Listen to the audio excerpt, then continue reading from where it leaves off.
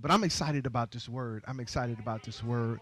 So let's just jump in. Let's just jump in. I'm just ready to just jump in.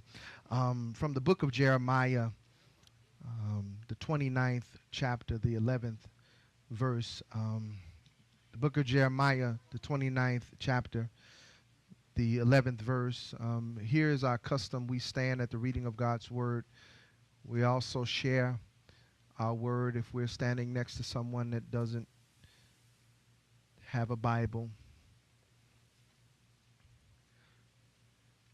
Reading from the New King James Version, you'll read these words. It says, "For I know the thoughts that I think towards you, saith the Lord.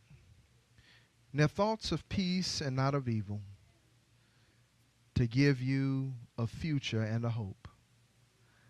I want to talk from the thoughts, God's purpose and plans for your life. God says, I know the thoughts that I got towards you. And these thoughts are of peace and not of evil, and they're to give you a future and a hope. You may be seated in the presence of the Lord.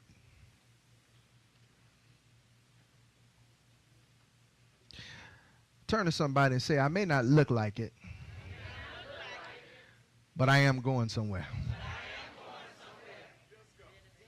Yeah. Okay. Life is a journey. Yeah. And its final stop, believe it or not, is not death, but the final stop is destiny. Yeah. And if you happen to enjoy the ride, I think that's a bonus. Far too many of us just want to get where we're going in the most expeditious manner. We don't stop to simply smell the roses. Yeah. But can I suggest to you today that we not be in such a hurry to always get there, that we miss the blessings of the journey. In fact, I would suggest and recommend that you always pad your journey with a little time of observation and reflection. I would suggest that you add a little bit on the beginning of the journey and a little bit at the end just to smell.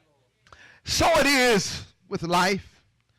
The older I get, the more I am embracing this life journey as a metaphor. You see, it's becoming increasingly clear to me and evident to me that God has a master plan.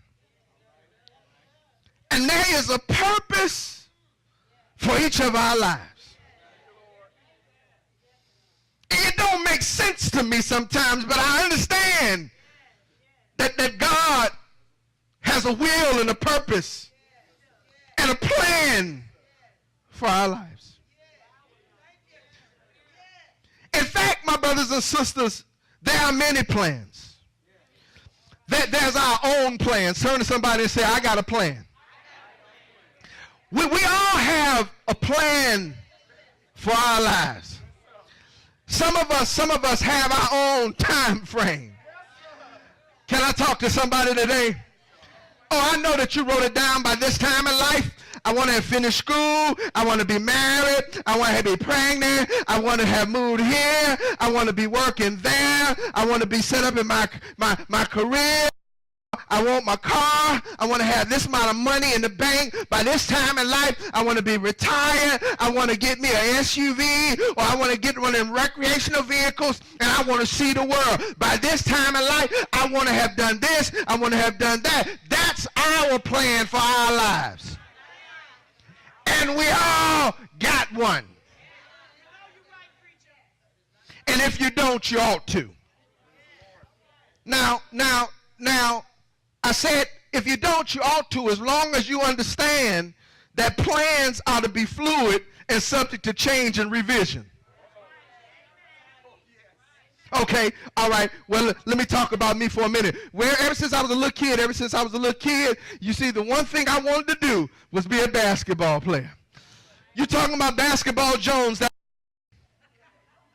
I mean, from a little kid up until I was about 18 or 19, my plan in life was to be a professional basketball player. I wanted to make a lot of money. I wanted to buy my mama and my joy. I wanted to buy them a house, and I wanted to buy them a big house in the suburbs and get them a car.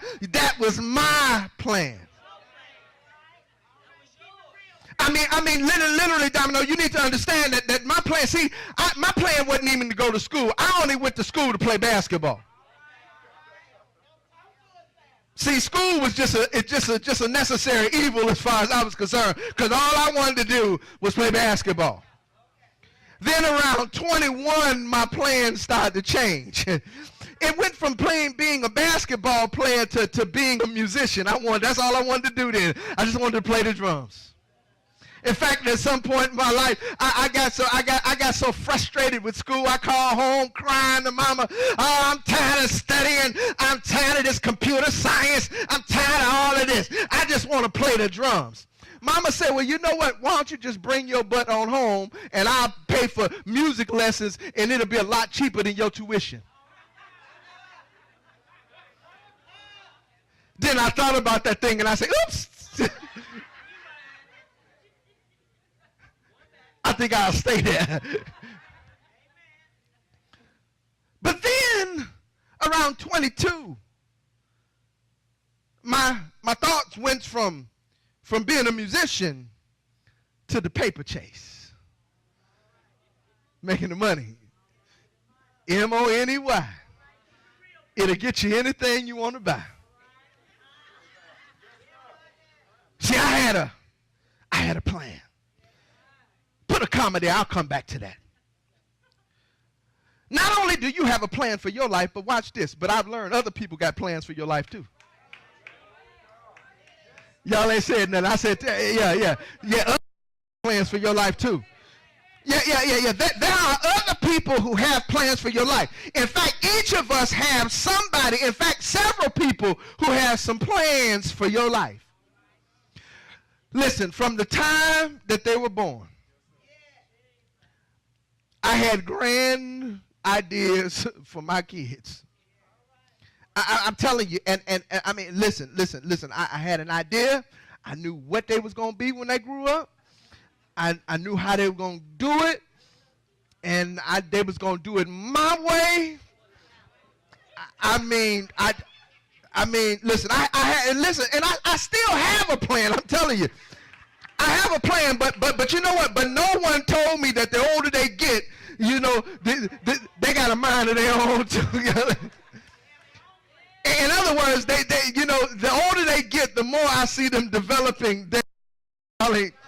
Y'all ain't said nothing. Listen, and as David and Morgan get ready to finish school, we've been having some really serious, candid discussions about the next phase of their lives and my plans for their lives. And I mean some serious discussions. And it's obvious, it's becoming quite, like light bulb stuff. It's like aha moments. What's obvious to me is that, watch this, is that we are working from two different triptychs. They have a plan for their lives, and I have a plan for their lives, and I have to let you know that those